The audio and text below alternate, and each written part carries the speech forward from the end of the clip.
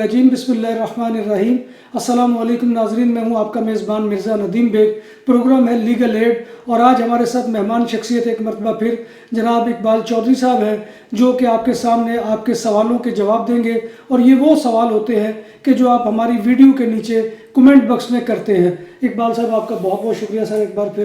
جی شکریہ، السلام علیکم آپ کو بھی، آپ کے ویورز کو بھی بہت شکریہ سر۔ اچھا اقبال صاحب، عبدالحسن صاحب ہیں، انہوں نے سوال کیا ہے کہ کیا ہمارے لیے بھی 5 سال کے بعد نیشنلٹی کا کوئی قانون اسپین میں بنے گا؟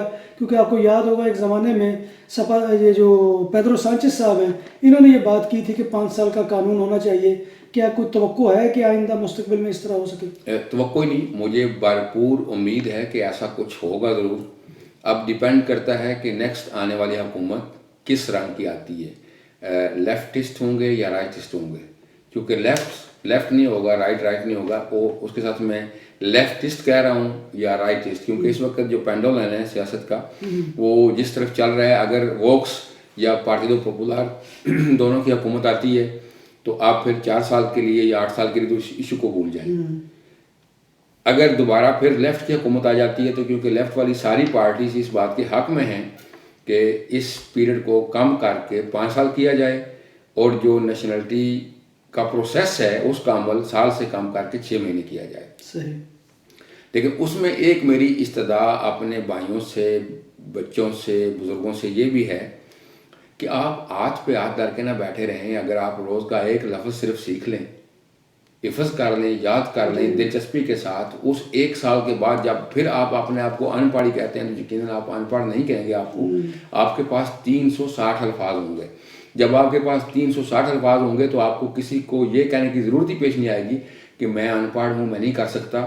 دوسرا، چونکہ نئی جنریشن کا اضافہ ہو رہا ہے، پرانے لوگ جو پہلے آئے تھے وہ اب بزرگ ہو رہے ہیں، ان کا چل چلا ہوا ہے، تو جو نئی جنریشن آ رہی ہے ان کے اندر کیپیسٹی زیادہ ہے۔ پاکستان میں بھی بچیاں اور بچے پڑھے لکھے آ رہے ہیں۔ اگر وہ زبان سیکھیں اور اپنی انٹیگریشن سے، اپنے اچھے عمل سے یہ ثابت کریں بھی ہم 5 سال تو بہت دور ہے، ہم تو 2-3 سال میں اس قابل ہیں۔ میرے پاس کچھ ایسے لوگ رہے ہیں جنہوں نے چیلنج سمجھ کے قبول کیا اس کام کو، اسپانش نہیں آتی تھی تو کسی اچھی جگہ پہ جاب ان کو جس طرح کی ان کے پاس ڈگریز تھی نہیں مل رہی تھی، تو ان اللہ کے بندوں نے 3 سے 6 مہینے میں اسپانش کے اوپر اتنا عبور حاصل کیا کہ ان کو وہی والی جاب مل گئی جہاں پہ ان کو 6 مہینے پہلے انکار ہوا تھا۔ تو ہم نے ان کو انکریج کیا کہ ٹھیک ہے، آپ کو وہاں پہ اچھی جاب مل رہی ہے، اچھی سیلری ملے گی، تو آپ کو آگے امپروو ہونے کا موقع بھی ملے گا۔ تو مجھے تو یقین ہے کہ اگر یہ والی حکومت دوبارہ بنے آنے والے الیکشنز کے بعد تو یہ پاسبلٹی ہے، کیونکہ پورے لیفٹ میں صرف سوشلسٹ پارٹی نہیں ہے، پودیموس ہے، اسکرا ریپبلکانا ہے، جتنی بھی بائیں بازو کی جماعتیں ہیں ان کے اندر یہ سوچ موجود ہے، وہ کہتے ہیں سب برابر ہیں۔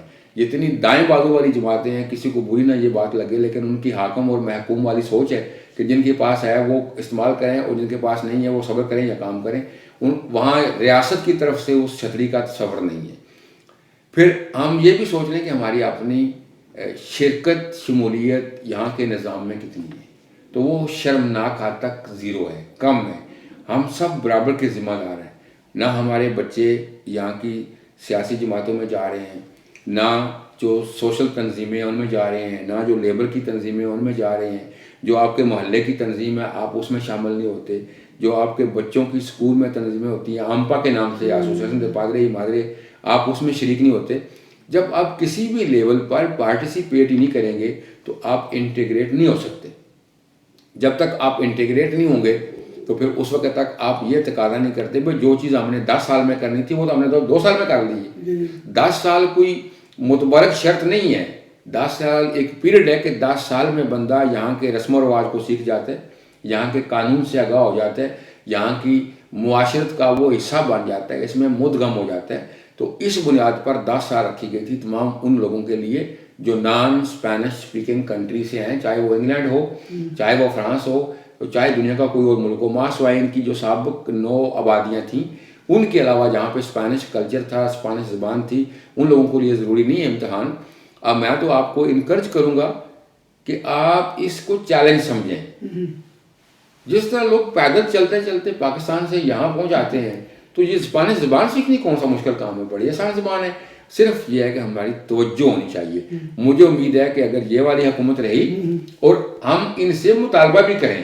یہ بھی بات چیز ہے نا کہ سارے غیر ملکی جو نان اسپینش اسپیکنگ کنٹریز سے ہیں وہ مل جل کے یہ مطالبات کریں بھئی ہمارے لیے یہ امتیاز کیوں ہے.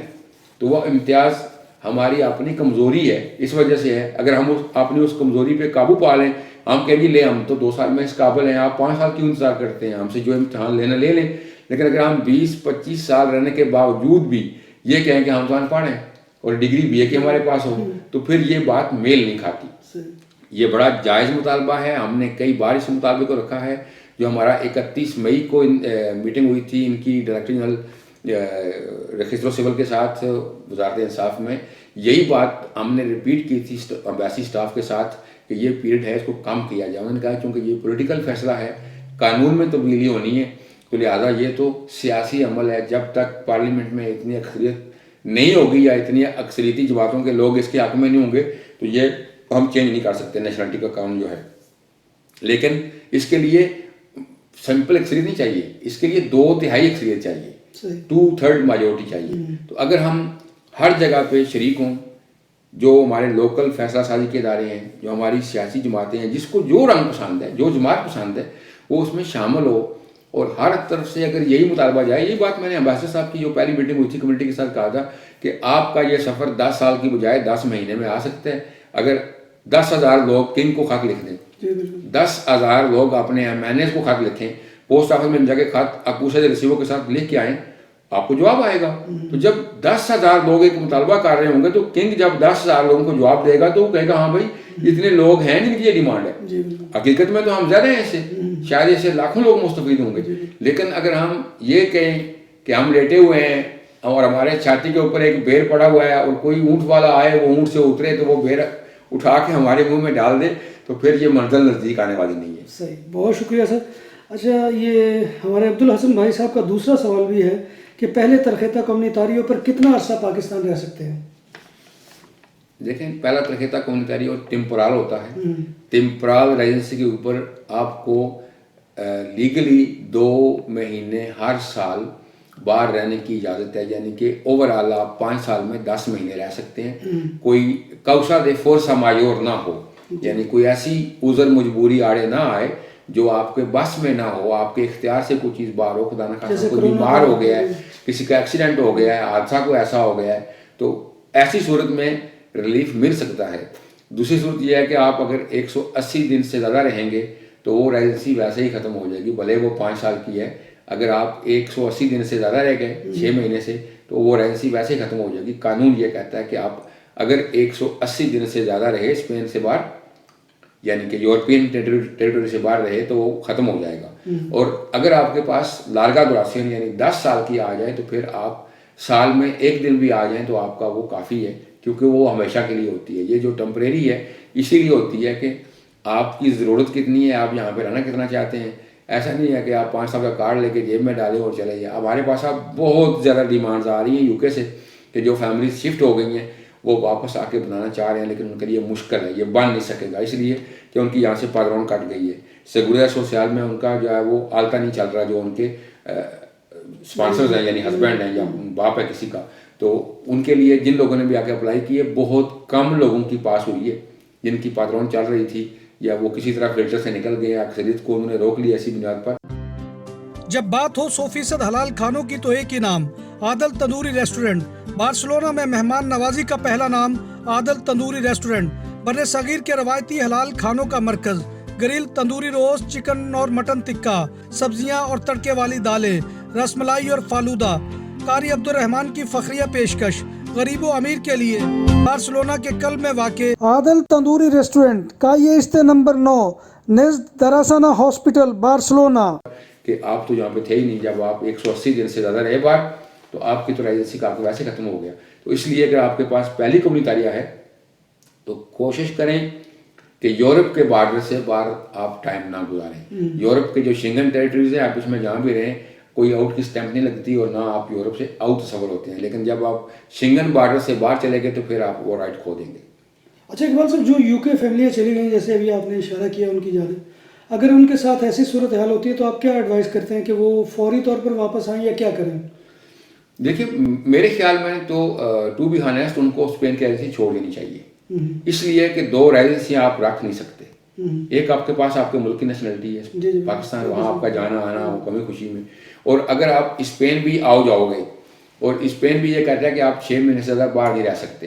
اگر آپ وہاں سے 5 دن کے لیے آؤ، آپ کے بچے پاکستان سے اسکول سے 5 دن جو ہے نا غیر حاضر رہیں گے، اس کا آپ کے اوپر فائن آئے گا. جن فیملیز کے بچے چھوٹے ہیں اسپیشلی وہ تو یہ شوق نہ کریں.